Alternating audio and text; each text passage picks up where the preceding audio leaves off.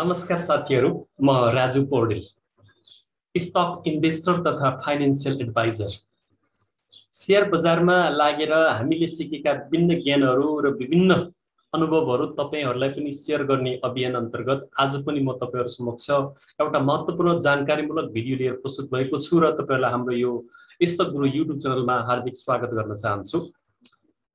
अहिले नेपालको शेयर बजार बुलमा छ, सबै सेक्टरहरुमा बुल चलिराखेको छ। त्यसमा पनि हाइड्रो पावर सेक्टर एकदमै एक्सट्रिम बुलमा छ। यसपालिको बुलको लिडिङ गर्ने सेक्टर हाइड्रो पावर सेक्टर छ। अब आगामी दिनमा हाइड्रो पावर सेक्टरको अवस्था के हुन्छ, हाइड्रो पावर सेक्टरलाई प्राविधिक रूपमा विश्लेषण गर्दा, टेक्निकल एनालाइसिसबाट विश्लेषण गर्दा के अवस्था देखिन्छ, के अब हेभी करेक्सन आउँदैछ हाइड्रो पावर कम्पनीहरुमा वा एक या दुई दिन करेक्सन आएर फेरि फर्कँदैछ भन्ने बारेमा महत्त्वपूर्ण टेक्निकल एनालाइसिस लिएर तपाईहरु समक्ष आज यो भिडियोमा म प्रस्तुत भएको छु। हाइड्रो पावर कम्पनीको अवस्था के छ टेक्निकल एनालाइसिसबाट हेर्दा भन्ने बारेमा जानकारी दिने उद्देश्यले यो भिडियो लिएर प्रस्तुत भएको छु। अब म तपाईहरुलाई यो हाइड्रो पावर कम्पनीको सेक्टरको टेक्निकल एनालाइसिस गरेर यसको चिरफार गर्न गइराखेको छु। यो हाइड्रो पावर सेक्टरको जुन यो फियर इन ग्रिड मिटरबाट हेर्दाखेरि यो फियर इन ग्रिड मिटरको एक्सट्रिम ग्रिडमा एकदमै लगानी गर्दा हाइड्रो पावर सेक्टरको शेयर खरिद गर्नको लागि एकदमै हौसिएको अवस्था देखिन्छ। यो सुई 100 भन्दा पनि तल यो सेतो एरियामा आइसकेको छ। यसबाट के थाहा हुन्छ भने विगतका अनुभवहरूलाई हेर्दाखेरि जब यो सुई 100 भन्दा पनि तल पुग्छ तब सम्बन्धित कम्पनी, सम्बन्धित सेक्टर र पुरै नेप्सेमा करेक्सन आएको देखिन्छ र हाइड्रो पावरमा पनि यो तल 100 भन्दा तल पुगिसकेपछि हिजोबाट करेक्सन सुरु भएको छ भन्ने कुराहरू यहाँ देखिन्छ। हाइड्रो पावर सेक्टरको अवस्था यो फियर इन ग्रिड मिटरबाट हेर्दाखेरि एक्सट्रिम ग्रिड, एकदमै मान्छेहरू, लगानीकर्ताहरू हाइड्रो पावर सेक्टरका शेयरमा लगानी गर्न हौसिएको अवस्था देखिन्छ भने अरु बाँकी टेक्निकल टुल्सबाट हेर्दाखेरि के छ अवस्था भनेर हामी तपाईहरुलाई जानकारी गराउन गइराखेका छौं। हामीले यहाँ यो केही टेक्निकल टुल्सहरुबाट हाइड्रो पावर कम्पनीको विश्लेषण गर्दाखेरि यस्तो देखिन्छ। जस्तै तपाईहरुले यो बोलिन्जर बैंड, त्यसपछि 5 days moving average, 20 days moving एभरेजबाट हेर्दाखेरि बोलिन्जर बैंड माथितिर एकदमै फुकिराखेको छ, भयंकर राम्रो तरिकाले फुक्दै गइराखेको छ। यसबाट हाइड्रो पावर सेक्टर एकदमै बुलिशमा छ, एक्सट्रिम बुलिशमा छ भन्ने कुरा देखिन्छ भने क्यान्डलहरु पनि यो 5 डेज मुभिङ एभरेजलाई सपोर्ट बनाएर माथितिरै अप ट्रेन्डमै गइराखेको छ। यसरी ट्रेन्ड लाइन हेर्दाखेरि पनि हाइड्रो पावर यहाँदेखि पुरै अप ट्रेन्डमा लागिराखेको छ र यो बोलिन्जर बैंडको अप्पर बैंडको यो लाइनमा टच गरेर अगाडि बढिराखेको अवस्थामा हिजो चाहिँ एउटा स्पिनिङ टप जस्तो रातो क्यान्डल बनाएर हाइड्रो पावर सेक्टरमा करेक्सन आएको छ। जब माथिल्लो टपमा गएर स्पिनिङ टप क्यान्डल बनाउँछ त्यसपछि करेक्सन भएको देखिन्छ। यो विगतलाई हेर्दा पनि जस्तै यहाँ पनि एक दिन दुई दिन करेक्सन भएर फेरि माथि नै गएको थियो, यहाँ एक दिन करेक्सन भएर फेरि माथि नै गएको थियो। यसरी तपाईहरुले ब्याक टेस्टिङ गरेर हेर्दाखेरि पनि जब माथि गएर यसरी स्पिनिङ टप क्यान्डल बनाएपछि एकलट करेक्सन हुने अवस्था देखिराखेको छ। यसरी ब्याक टेस्टिङ गरेर हेर्दाखेरि पनि यस्ता माथि बोलिन्जर बैंडको अप्पर बैंड भन्दा माथि गएर जब क्यान्डल बन्छन्, रेड क्यान्डल बन्छन्, त्यसपछि एकलट त्यो सेक्टरमा, त्यो कम्पनीमा करेक्सन भएर आएको हुन्छ। र हामीले के बुझ्नु पर्छ भन्दा बोलिन्जर बैंडको अप्पर बैंड, अप्पर लाइनमा गएर जब क्यान्डलहरु बन्छन् त्यसबाट तपाईले के बुझ्नु पर्यो भन्दा त्यो कम्पनीमा, त्यो सेक्टरमा ओभरबोट हुँदैछ भनेर बुझ्नु पर्यो। त्यसपछि करेक्सन भएर ती क्यान्डलहरु बोलिन्जर बैंडको लोवर बैंडलाई टच गरेर बन्न थाले भने फेरि ओभरसोल्ड भयो। अब चाहिँ लगानीकर्ताहरू यो कम्पनीको शेयर अथवा यो सेक्टरको कम्पनीमा फेरि बाइ गर्न आउन सक्छन् भन्ने कुरा बुझिन्छ। यसरी बोलिन्जरबाट हेर्दाखेरि यो ओभरबोटमा देखिन्छ। अहिलेको अवस्थामा पनि हामीले ब्याक टेस्टिङ गरेर हेर्यौं, यो ओभरबोटमा देखिन्छ। बोलिन्जर बैंडको अप्पर बैंडमा गएर यसले क्यान्डलहरु बनाइराखेको थियो र हिजो स्पिनिङ टप रेड क्यान्डल बनाइसकेकोले टपमा गएर स्पिनिङ टप रेड क्यान्डल बनाउँदाखेरि त्यो सेक्टरमा, त्यो कम्पनीमा करेक्सन आएको विगत तथ्याङ्कहरुलाई हेर्दा पनि देखिन्छ।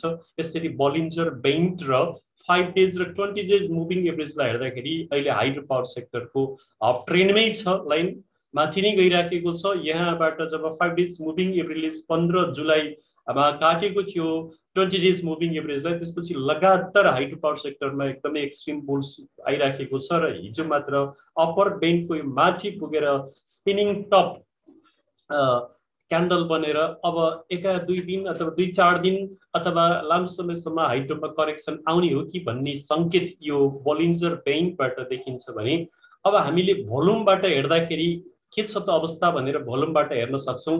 भोल्युममा एभरेज भोल्युम भन्दा माथि नै भोल्युम परेको छ, तर हिजो रातो यो क्यान्डल भोल्युमको रातो क्यान्डल बनेको छ, रातो बार बनेको छ। यसबाट के बुझ्नु पर्यो भन्दा भोल्युम चाहिँ परेकै छ, तर लगानीकर्ताहरू हाइड्रो पावर शेयरको कम्पनीका शेयरहरू बेचेर बाहिर निक्लेको, बिग फिसरहरू शेयर बेचेर बाहिर निक्लेका हुन् कि भन्ने कुरा पनि बुझिन्छ। तर यो एभरेज लाइन भन्दा लगातार भोल्युम माथि नै बढिराखेको छ, तर बीचबीचमा पनि करेक्सन हुँदै माथि बढेको देखिन्छ। यहाँ जस्तै 2 दिन करेक्सन भएको देखियो, यहाँ 1 दिन करेक्सन भएको देखियो, यहाँ फेरि 1 दिन करेक्सन भएको देखियो र आज हिजो फेरि यो रेड स्तम्भ बारहरू बनेर भोल्युमको यस्तो अवस्था देखिन्छ। यसबाट पनि हामी के बुझ्न सक्छौं भन्दा हाइड्रो पावर शेयरमा लगानी गरेका लगानीकर्ताले हाइड्रो पावर शेयरमा प्रफिट बुक गरेर निक्लेका हुन् कि ठूला लगानीकर्ता भन्ने देखिन्छ यो भोल्युमलाई हेर्दाखेरि, भोल्युमको पोइन्टबाट हेर्दाखेरि भने।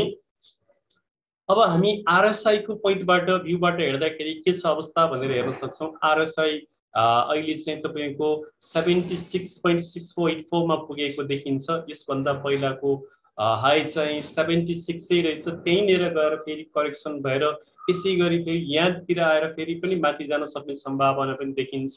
यहाँ पनि यसरी गएर तल आएर फेरि डब्लु जस्तो बनाएर माथि गएको थियो भने यदि यो करेक्सन हेभी करेक्सन भयो भने यसले आरएसआई 60 सम्म आउन सक्ने सम्भावना पनि देखिन्छ। 60 मा आएर सपोर्ट लिएर फेरि फर्कन सक्ने सम्भावना पनि देखिन्छ।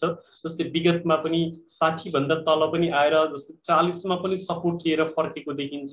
यहाँ 72 मा पुगेर एकैचोटी झरेर 41 सम्म पनि आएको देखिन्छ भने त्यसपछि त जनै 39.1941 सम्म पनि आरएसआई झरेको देखिन्छ। यो बुल मार्केटमा कुनै पनि कम्पनीको कुनै पनि सेक्टरको आरएसआई 40 भन्दा तल आउने सम्भावना एकदमै न्यून हुन्छ भन्ने कुरा हामीले बुझ्नुपर्ने हुन्छ। 40 मा आएर जब आरएसआई ले सपोर्ट लिएर फर्किन्छ भने हामी त्यो सेक्टरको त्यो कम्पनीको शेयरमा बेल खुलेर लगानी गर्दा हुन्छ, अथवा 60 मै सपोर्ट लिएर फर्किन्छ भने त्यति बेला पनि हामीले लगानी गर्न उपयुक्त हुन्छ। जस्तै यहाँ 60 मा सपोर्ट लिएर फर्केको थियो, फेरि तल झरेर डब्लु बनाएर एक लट माथि गएको देखिन्छ। यसरी डेबाट हेर्दाखेरि हाइड्रो पावर सेक्टरको चाहिँ यस्तो अवस्था देखिन्छ भने आरएसआई विकबाट हेर्दाको अवस्था के छ भनेर पनि हामीले हेर्नुपर्ने हुन्छ। जो मिड टर्म लगानीकर्ता हुनुहुन्छ उहाँहरूले विकबाट पनि हेर्नुपर्ने हुन्छ। विकमा चाहिँ 91 सम्म पुगेको रहेछ आरएसआई। 91 बाट तल झरेर 62 सम्म आरएसआई झरेर 62 बाट फर्केर फेरि अहिले विकको आरएसआई माथि नै लागेको छ। विकको आरएसआई तलतिर घुमेको छैन अझै पनि। 1-2 दिन अब करेक्सन आयो भने मात्रै यो घुम्न सक्ने सम्भावना रहन्छ।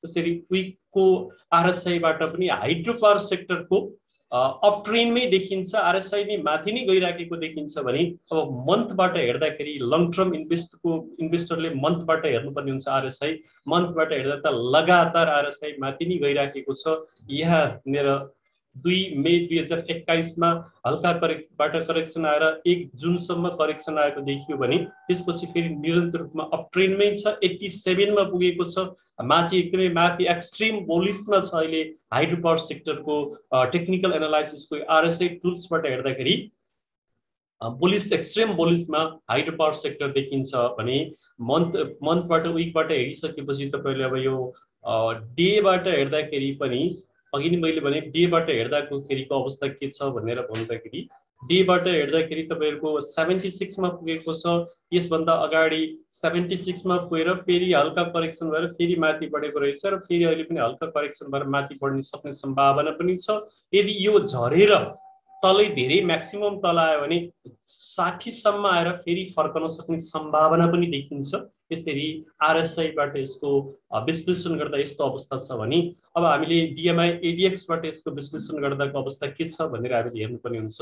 डेको डीएमआई प्लस लाइन माथिबाट तल झरेर फेरि माथि गएर यता ट्यार्सिएको छ र एडिएक्स लाइन माथि नै छ, हरियो लाइनसँगै माथि गइराखेको छ। यसबाट हाइड्रो पावर सेक्टरको एक्सट्रिम बुलमै छ, अप ट्रेन्डमै छ, बुलमै छ भन्ने देखिन्छ भने जुन डिएमआई माइनस लाइन हो, बेरिश लाइन हो, यो बेरिश लाइन तलैतिर छ। यसबाट सेलरहरू एकदमै कम छन्, बायरहरू नै म्याक्सिमम छन् भन्ने देखिन्छ, बेरिशमै छ र यता बुलमै छ, यो हरियो लाइन बुलमै छ र रेड लाइन बेरिशमै छ भन्ने कुरा देखिन्छ। यसरी एडिएक्स एमएसिडी एडिएक्स डिएमआईबाट हेर्दाखेरि पनि हाइड्रो पावर सेक्टरको अवस्था एकदमै बलियो अवस्थामा छ, एक्सट्रिम बुलमै छ भन्ने कुराहरू देखिन्छ भने यता एमएसिडीबाट हेर्दाखेरि जब एमएसिडीको यो निलो लाइनले रेड लाइनलाई 15 जुलाई 2021 मा काटेर माथितिर लागेको थियो, निरन्तर रूपमा माथि नै छ, अझ पनि माथि नै छ, यो झुक्ने अवस्था देखिएको छैन। 2-4 दिन 1-2 दिन करेक्सन आएसम्म यो ब्लू कलरको लाइन एमएसिडी को यो एमएसिडी 12 को लाइन एमएसिडी 26 को लाइनलाई काट्ने अवस्था तुरुन्तै देखिँदैन।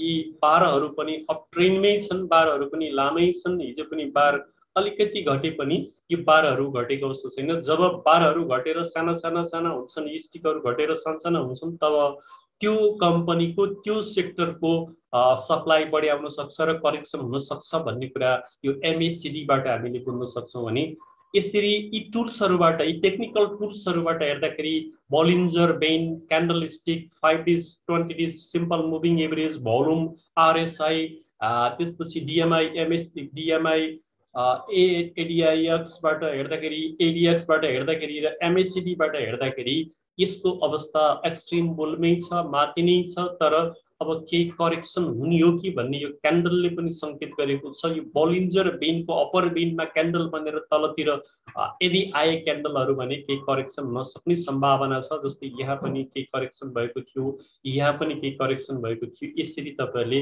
यो हाइड्रो पावर सेक्टरका विभिन्न टेक्निकल टुल्सबाट अध्ययन गर्दा यस्तो अवस्था देखिन्छ। अब म तपाईहरुलाई यो हाइड्रो पावर सेक्टरको यो ज्योतिषीय टुल्स जुन टेक्निकल टुल्स फिबोनाचीबाट हेर्दाखेरि के छ अवस्था, अफ ट्रेन्डमा गइराखेको यो हाइड्रो पावर सेक्टरको अब करेक्सन भयो भने कहाँ सपोर्ट लिन्छ भनेर यसको सपोर्ट हेर्दैछु मैले। यहाँबाट जब निरन्तर रूपमा यो अफ ट्रेन्डमा छ, माथि नै गइराखेको छ र हिजो चाहिँ स्पिनिङ टप रेड क्यान्डल टपमा गएर बनाइराखेको छ। अब यदि यो करेक्सन भएर आयो भने कहाँ यसले सपोर्ट लिन सक्छ भन्ने कुरा हामीले तपाईहरुलाई देखाउन गइराखेका छौं। यदि यसमा सप्लाई आयो र करेक्सन भयो भने पहिलो सपोर्ट यसको चाहिँ 0.3268 जो 3502.22 मा यसको इन्डेक्स झर्न सक्छ। जुन तीनवटा क्यान्डल यहाँ सपोर्टको रूपमा देखिराखेका छन् भने यहाँ पनि सपोर्ट लिन सकेन भने सबैभन्दा स्ट्रङ सपोर्ट गोल्डन रेशियो भनेको 0.382 हो।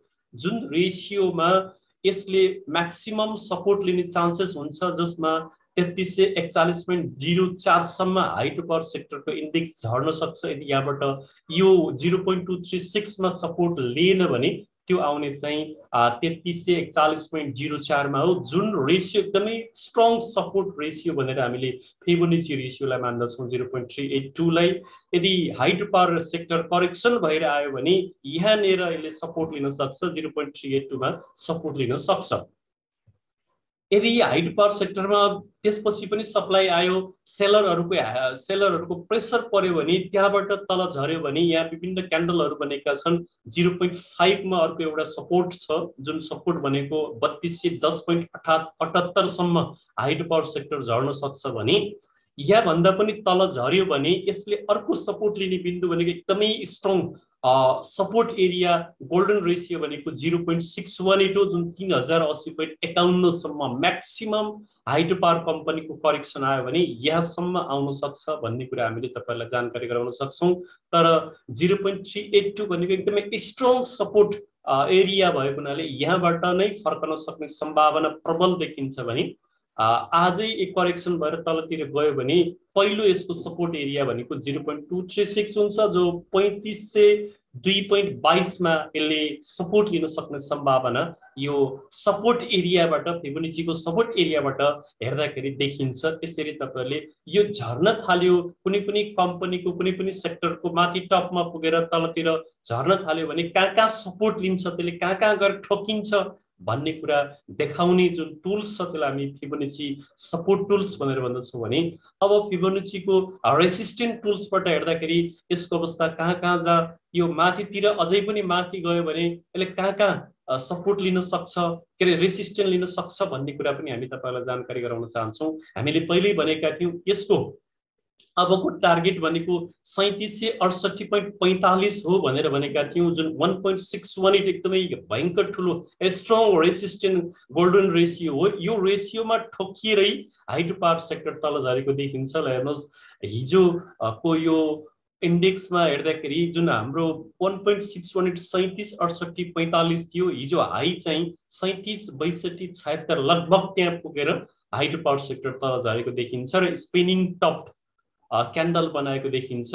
अब यसको यात्रा यहाँबाट तल झर्ने हो कि भन्ने यो 1.618 लाई टच गरेर तल झरिसकेको हुनाले अब तल झर्यो भने कहाँ सपोर्ट दिन्छ भनेर हामीले अगाडि नै भनिसक्यौं र यदि आज भोलिबाट यो फर्क्यो भने फेरि अर्को यसको यात्रा कहाँ पुग्छ त भन्दा 4454.27 जो 2.618 को एकदमै गोल्डन रेशियो यो पनि यसरी यो माथितिर गयो भने यहाँसम्म पुग्छ। तर यसलाई टेस्ट गरेर रिट्रेस भएको हुनाले अब चाहिँ यो तलतिरै झर्ने सम्भावना प्रबल देखिन्छ। यदि यो तलतिर झर्यो भने कहाँ यसले सपोर्ट लिन्छ भन्ने कुरा हामीले यहाँबाट देखाइसक्यौं।